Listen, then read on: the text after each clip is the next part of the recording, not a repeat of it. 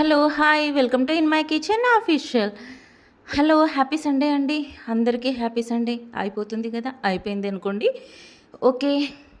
ఇవాళ ఏంటి స్పెషల్ అంటే, ప్రతి ఒక్క స్త్రీకి పెళ్ళికి ముందు ఎంత ఆస్తి ఉన్నా, ఎంత పెద్ద ప్రపంచం ఉన్నా, పెళ్ళి పెళ్ళయి తల్లి అయ్యాక వారి పిల్లలే వారి ఆస్తి. వారే వాళ్ళే వారి ప్రపంచం కదా అండి. మనము సండే వచ్చిందని నాన్ వెజ్ తిన్నా, తినకున్నా పిల్లలైతే ఇంట్లో ఉంటారు గదా! వాళ్ళ కోసం వాళ్ళనెందుకు అలా ఉంచడం సండే అనేసి నేను ఈ విధంగా చిన్నగా ఇలా రెసిపీ చేసేసానండి. మీరు గూడా చూడండి. అయ్ బాబోయ్! హ్మ్. ఆస్తి పిల్లలే ఆస్తి అనేసి మళ్ళీ పిల్లలకు లేకుండా ఆస్తులు అమ్ముకోకండి నేనన్నానని. అది మాత్రం చేయకండి ప్లీజ్. పెళ్ళాన్ని మోసం చేసినా పర్లేదు గానీ, పిల్లల్ని మాత్రం మోసం చేయకండి. ఓకేనా? ఓకే. వీడియోలోకొచ్చేద్దాం. ఇప్పుడు నేను ఒక 7 ఎగ్స్‌ని ఇలా బాగా 7 ఎగ్స్‌ని ఇలా తీసేసుకున్నానండి. పగలగొట్టేసేసి బాగా మిక్సీ చేయాలి. మిక్సీ చేసేసి ఒక గిన్నెలో వేసుకున్నాను. వేసేసి దాంట్లో వాటర్ ఏసి ఒక స్టాండ్ పెట్టేసేసుకొని ఇప్పుడు ఇది ఆవిరి పట్టుకుంటున్నానండి. మనం జున్ను పాలు ఉంటాయి గదా! అలానే సేమ్ టు సేమ్ జున్ను పాలు ఎలా ఆవిరి పడతామో అలా ఆవిరి పట్టేసుకోవాలండి. జస్ట్ అలా 15 మినిట్స్ ఒక 10 మినిట్స్ అలా పెట్టాను. మధ్యలో ఒకసారి చెక్ చేసేసి ఉడికిందా లేదా అని చూసేసుకున్నానండి. తర్వాత ఆల్రెడీ ఇదంతా ఆవిరి పట్టిన ఆల్రెడీ అయిపోయింది. రెడీ అయిపోయింది. అయిపోయిన తర్వాత ఇప్పుడు నేను అది తీసేసుకొని కొంచెం చల్లారిన తర్వాత ఆ బౌలు ఒక ప్లేట్‌లో వేసేసుకొని రివర్స్‌గా వేశాను. వేసేసరికి అది చల్లారిన తర్వాత చూడండి అసలు ఆ ఎగ్ అసలు ఎంత బావుంది కేక్‌లాగా. హ్మ్. స్మూత్‌గా అసలు ప్లంబీగా వచ్చేసిందండి. చాలా బావుంది. ఇలాంటి దాన్ని ఇప్పుడు నేను ఇందులో ప్లేట్ మొత్తం పడిపోయింది గదా! ఇప్పుడు దీంట్లోకి దీన్ని కేక్‌లాగా కట్ చేసేసుకుంటున్నానండి. ఇది మాత్రం ఎగ్స్‌తో చేశాను. ఎగ్‌లో కొంచెం సాల్ట్ వేసేసుకొని అట్లా గిల్లకి కొట్టేసేసి అలా పెట్టేసాను. ఆవిరి పెట్టేసేసరికి ఇలా వచ్చేసిందండి. సేమ్ కేక్‌లాగా వచ్చేసింది. సూపర్ అంటే చాలా బావుందండి. అసలు కట్ చేస్తుంటే కేక్‌ని కట్ చేస్తున్న అంత హ్యాపీనెస్ వచ్చింది తినకముందే ఇది. యాక్చువల్లీ ఇలా చేసేసానండి. చూడండి ఆ ముక్కలు గూడా అసలు ఎంత బావున్నాయో.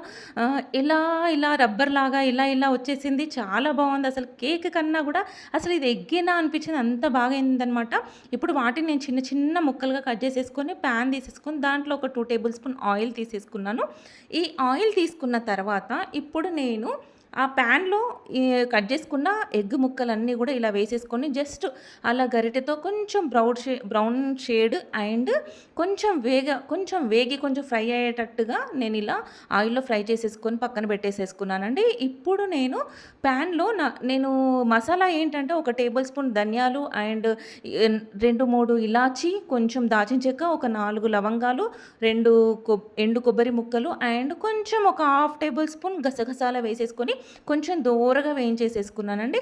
ఈ దోరగా వేయించేసేసుకొని పక్కన పెట్టేసుకొని ఈ చల్లారే వరకు ఒక మీడియం సైజ్ ఉల్లిగడ్డ కట్ చేసి పెట్టుకున్నాను మిక్సీలో వేసుకోవడానికి. తర్వాత ఒకటి మీడియం సైజ్ టమాటో కూడా కట్ చేసి పెట్టేసేసుకున్నానండి. ఇప్పుడు మనం వేయించినవి ఉన్నాయి కదా! ఈ ధనియాలు, ఈ మసాలా ఇవి కూడా ఇందులో వేసేసుకొని మంచిగా పేస్ట్ చేసి పక్కన పెట్టేసేసుకోవాలండి. ఇప్పుడు నేను అదే ప్యాన్‌లో వేయించిన ప్యాన్‌లో అవి ఒక ప్లేట్‌లోకి తీసేసుకొని ఈ ప్యాన్‌ని స్టవ్ మీద పెట్టేసుకొని మళ్ళీ ఒక 2, 3 టేబుల్ స్పూన్ ఆయిల్ వేసుకున్నాను. వేసేసుకొని ఇప్పుడు నేను ఒక హాఫ్ టేబుల్ స్పూన్ ఆవాలు, కొంచెం జీలకర్ర, కొంచెం పసుపు వేసేసుకొని ఇందాక మనం మిక్సీ చేసుకున్నాం గదా!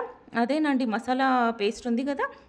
ఆ పేస్ట్‌ని ఇందులో వేసేసుకొని గరిటెతో స్లోగా కలుపుతూ కొంచెం బ్రౌన్ షేడ్ వచ్చే వరకు గూడా ఇది కంపల్సరీ వేగాలనమాట.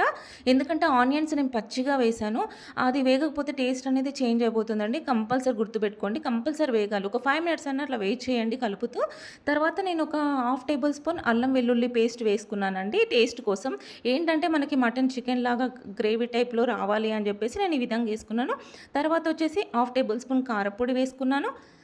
అలాగే వచ్చేసేసి హాఫ్ టేబుల్ స్పూన్ ఉప్పు వేసుకున్నాను. ఉప్పు, కారం అయితే మీరు తీసుకునే దాని ప్రకారంగా వేసుకోండి మీకు నచ్చినంత. నేనైతే ఇక్కడ హాఫ్ టేబుల్ స్పూన్ వేసేసుకొని ఇలా కలిపేసుకున్నానండి.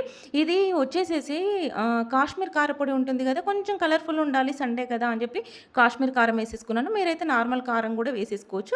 ఇలా వచ్చేసిందండి. ఇలా కొంచెం ఫ్రై అయిన తర్వాత ఇప్పుడు నేను ఒక 3 పచ్చిమిర్చి అనేది ఇలా కొంచెం లావుగా ఉన్నాయండి అవి పచ్చిమిర్చి. వాటిని కట్ చేసేసుకొని ఇలా ముక్కలన్నీ వేసేసుకొని కొంచెం ఒక 2 సెకండ్స్ అలా తిప్పేసానండి. అవి ఫ్రై అవ్వక్కర్లేదు. అక్కర్లేదు. కూరతో పాటు అవి ఉడికిపోయి టేస్ట్ అనేది వచ్చేస్తుంది ఆటోమేటిక్‌గా. ఇలా ఉంచేసిన దాంట్లో నేనిప్పుడు మిక్సీ పట్టాను కదా! దాంట్లోనే మిక్సీలోనే నేను కొంచెం వాటర్ దాని నిండా పోసేసుకొని ఇందులో పోసేసానండి వాటరు. చూసుకొని పోసుకోండి. మీకు కొంచెం వాటర్ ఎక్కువ కావాలంటే ఇంకొంచెం పోసుకోవచ్చు సరిపోతుంది. నాకైతే ఇది సరిపోయిందనిపించిందండి వాటరు. కావాలంటే ఇంకొక చిన్న గ్లాస్ యాడ్ చేసేసుకోవచ్చు. నేను ఇలా వాటర్ తీసుకున్న తర్వాత ఇప్పుడు ఒక్కసారి కలిపేసేసి ఇప్పుడు నేను ఫ్రై చేసుకున్న ఎగ్ ముక్కలున్నాయి గదండీ! జున్ను లాంటి ముక్కలు. ఎగ్ ముక్కల కన్నా గూడా జున్ను ముక్కలంటే బెటర్ ఇంక వీటిని. ఆ జున్ను ముక్కలు లాంటివి ఏసేసుకొని ఒక్క 10 నిమిషాలు ఒకసారి ఇలా కలపాలండి. కలిపేసేసి అలా 10 నిమిషాలు ఒకసారి మూత పెట్టేసేసుకొని అలా హై ఫ్లేమ్ మీద పెట్టండి. హై ఫ్లేమ్ మీద ఒక 10 మినిట్స్ అట్లా ఉంచేసేయండి. 10 మినిట్స్ అయిపోయిందండి. నేనిప్పుడు మూత పెట్టేసేసుకొని గూడా ఒకసారి మూత ఓపెన్ చేసి చూద్దాం. వావ్! వావ్! సూపర్ అండి అదసలు. ఆ వాటర్ గూడా అవి అబ్జర్వ్ చేసేసుకొని పైనకిలా బబుల్స్ లాగా పొంగిపోయాయి. అసలు చాలా బావుంది. కర్రీ టేస్ట్ ఎలా ఉంటది అంటే కర్రీ టేస్ట్ కూడా చాలా బావుంది. తిని చూసి వాయిస్ ఇస్తున్నాను కాబట్టి. చూడండి అసలు చాలా బావుంది. అంతేనండి రెడీ అయిపోయింది. దీని మీద కొత్తిమీర చల్లేసేసుకొని సర్వ్ చేసుకోవడమే. సూపర్ అంటే సూపర్ అండి. ఏ మటన్ గానీ, ఏ చికెన్ గానీ ఏది అవసరం లేదు. ఇలా ఎగ్గుతో కొత్తగా కొంచెం జున్నులాగా ఇలా చేసేసుకొని, ఇలా కర్రీ చేసేసుకోండి. అలాగే బగారా రైస్ కూడా వండాను. అది నెక్స్ట్ వీడియోలో చూపిస్తానండి. ఇది లెంత్ అయిపోయింది. అలాగే ప్లీజ్ సబ్స్క్రైబ్ చేసుకోండి, లైక్ చేయండి, షేర్ చేయండి. మీకు నచ్చిందనుకుంటున్నా.